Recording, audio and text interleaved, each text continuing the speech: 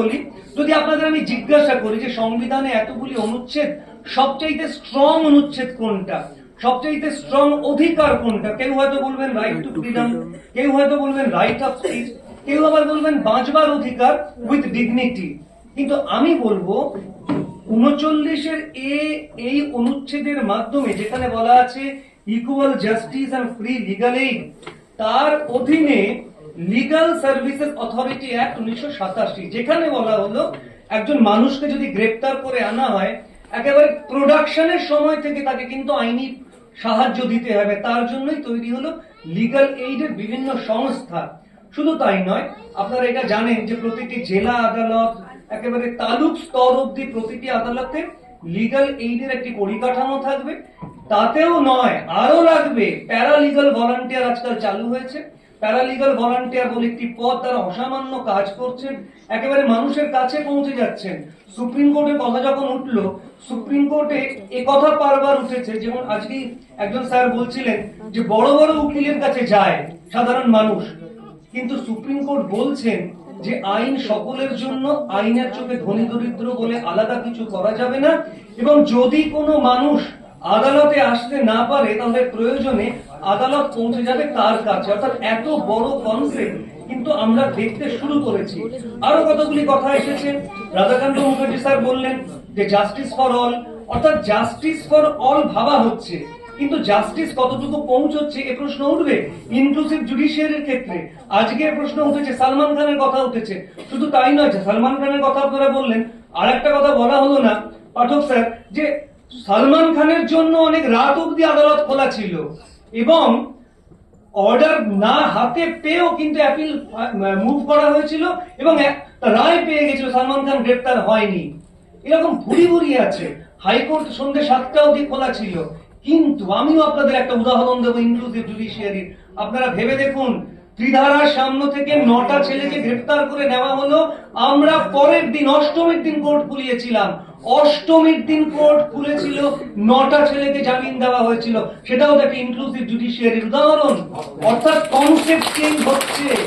আপনারা ভেবে দেখুন, কার্নিভালের সামনে থেকে একজন তরুণ ডাক্তারকে গ্রেফতার করে নিয়ে যাওয়া হলো, তক্ষুনি সেখানে অনেক আইনজীবী পৌঁছে গেলেন, এবং তারপর আমরা মহামান্য কলকাতা হাইকোর্ট থেকে স্টে হলো সে। তবে পাশাপাশি আরো উদাহরণ আছে। ইনক্লুসিভ জুডিশিয়ারির বাধা বা অন্তরায় হচ্ছে পুলিশ ফোর্স। একটু আগে হিউম্যান রাইটস এর কথা উঠেছিল মডারেটর স্যার, হিউম্যান রাইটস অনেক কষ্ট করে পাওয়া হয়েছিল। তা সত্ত্বেও ভারতীয় নাগরিক সুরক্ষা সংহিতাতে কেন পুলিশের হাতে তো ক্ষমতা দেওয়া হলো? হিউম্যান রাইটস অর্গানাইজেশন গুলি অনেক লড়াই করে হ্যান্ডকাফিং এবং কোমরে দড়ি তুলে দিয়েছিল, মনে আছে তো? ভারতীয় নাগরিক সুরক্ষা সংহিতাতে আবার ওই হ্যান্ডকাফিং আনা হয়েছে। কেউ প্রতিবাদ করেছেন? পার্লামেন্টে তো অতজন পার্লামেন্টেরিয়ান আপনারা যান, কেউ বলেছেন যে হ্যান্ডকাফিং চলবে না, এটা ইনক্লুসিভ জুডিশিয়ারির পরিপন্থী, ইনক্লুসিভ জুডিশিয়ারির বিরুদ্ধে যায়? কেউ বলেননি। আসলে আমরা চোখ বুঝে থাকতে চাই, আর সবসময় মনে করি যে করে দেবে, সরকার করবে, প্রশাসন করবে, পার্লামেন্টারিয়ানরা করবে। 3টে ছোট্ট ছোট্ট উদাহরণ দেব, আর বেশি কথা বলবো না। প্রথম উদাহরণ, আপনাদের মনে আছে আদি শঙ্করাচার্যের সঙ্গে মন্দানা মিশ্রের বিভিন্ন সময় বিতর্ক হয়েছে, বিভিন্ন বিতর্ক। আদি শঙ্করাচার্য 13 বছর বয়সে সন্ন্যাস নিতে যাচ্ছেন, মন্দানা মিশ্র বললেন এটা হয় না, তুমি সন্ন্যাস নিতে পারবে না। তখনও তো এরকম কোর্টের কনসেপ্ট আসেনি, কিন্তু মন্দানা মিশ্রের স্ত্রী ছিলেন উভয় ভারতী, তিনি হলেন জাজ, এবং বলা হলো, সারা বিশ্ব তখন সেই বিতর্ক সভার দিকে তাকিয়ে রয়েছে, বলা হলো যে উভয় ভারতে তিনি জাজ হবেন। উভয় ভারতে অত্যন্ত বিদুষী মহিলা ছিলেন, এবং তারপর সেই বিতর্কের পরে আদি শঙ্করাচার্য জয়ী হয়েছিলেন। অর্থাৎ এই হলো ইনক্লুসিভ জুডিশিয়ারি, যেখানে স্ত্রী স্বামী এরকমও মানা হয় না। আর একটা ছোট্ট উদাহরণ, মহাভারতের গল্প সকলের আপনাদের জানা রয়েছে। গান্ধারী এবং ধৃতরাষ্ট্র দুজনেরই, ধৃতরাষ্ট্র অন্ধ, গান্ধারীর চোখে পট্টি, কিন্তু ধৃতরাষ্ট্র দেখতে পেতেন। ধৃতরাষ্ট্র বললেন বউ গান্ধারীকে যে তুমি পট্টি খোলো। তখন উনি বলছেন কেন খুলবো? বলে তোমার জানা দরকার। গান্ধারী বলছেন আমি কি পাবো? উনি বলছেন তুমি দুঃখ পাবে নব নব, অর্থাৎ তোমার ছেলে কি করছে দেখো, সমাজটা কোথায় যাচ্ছে দেখো। ইনক্লুসিভ জুডিশিয়ারি না থাকলে সমাজের অধঃপতন হবে, তুমি চোখের পট্টি খোলো। খুললেন না, পরিণতি হলো মৃত্যু। এবার আর একটা উদাহরণ দেব। আপনারা জানেন নেপোলিয়ন বোনাপার্ট ফ্রান্সের সম্রাট হলেন, ধন্য ধন্য পড়ে গেল চারিদিকে। নেপোলিয়ন বোনাপার্ট ফ্রান্সের সম্রাট, তরুণ সম্রাট। নেপোলিয়ন বোনাপার্ট বললেন, আমি কিন্তু খুব বড় কিছু করিনি, আমাকে ধন্য ধন্য করার মতো কিছু নেই। আমি একদিন ঘোড়ায় চড়ে রাস্তা দিয়ে যাচ্ছিলাম, আমি দেখলাম ফ্রান্সের রাজমুকুট ধুলোয় গড়াগড়ি যাচ্ছে। I just picked up my sword, আমি আমার তরবারির মাথায় আমার রাজমুকুটটা তুলে নিলাম এবং তারপর আমি আমার মাথায় পড়ে নিলাম।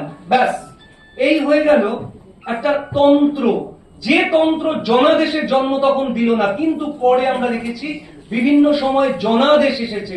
আরজি করের কাণ্ডের সময় জনাদেশ আপনারা দেখেননি, দেখেছেন, কিন্তু একটা সমালোচনাও করতে হবে, যেহেতু এটা বিতর্কের জন্ম দেয়। সুপ্রিম কোর্ট কেন এই মামলাটা নিয়ে গেল সেটাও আমাদের বোধগম্য হয়নি। কাজেই এটা একটা বিতর্ক।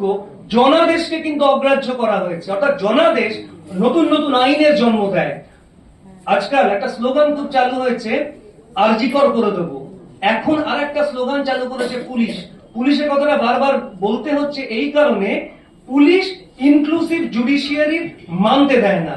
আজকাল আপনারা সকলে একমত হবেন, আপনারা সকলে আইনের ছাত্র, কোর্টে আসার চাইতে থানাতে সেটেল হয়ে যায়। অর্থাৎ ইনক্লুসিভ জুডিশিয়ারি অগ্রাহ্য, প্রয়োজন নেই কোর্টে। থানা বলে দিচ্ছে কোর্ট কি করবে, আমি করব, আমি কেস ডায়েরি হালকা করে দেবো, এসো আমার কাছে। অর্থাৎ জনাদেশকে আমরা অগ্রাহ্য করে যে আইন, জনাদেশকে গ্রাহ্য করে যে আইন তৈরি হলো, এই পুলিশ ফোর্স সেটাকে মানতে দিচ্ছে না। নতুন স্লোগান তার পরিপন্থী, পঙ্কজ দত্ত করে দেবো।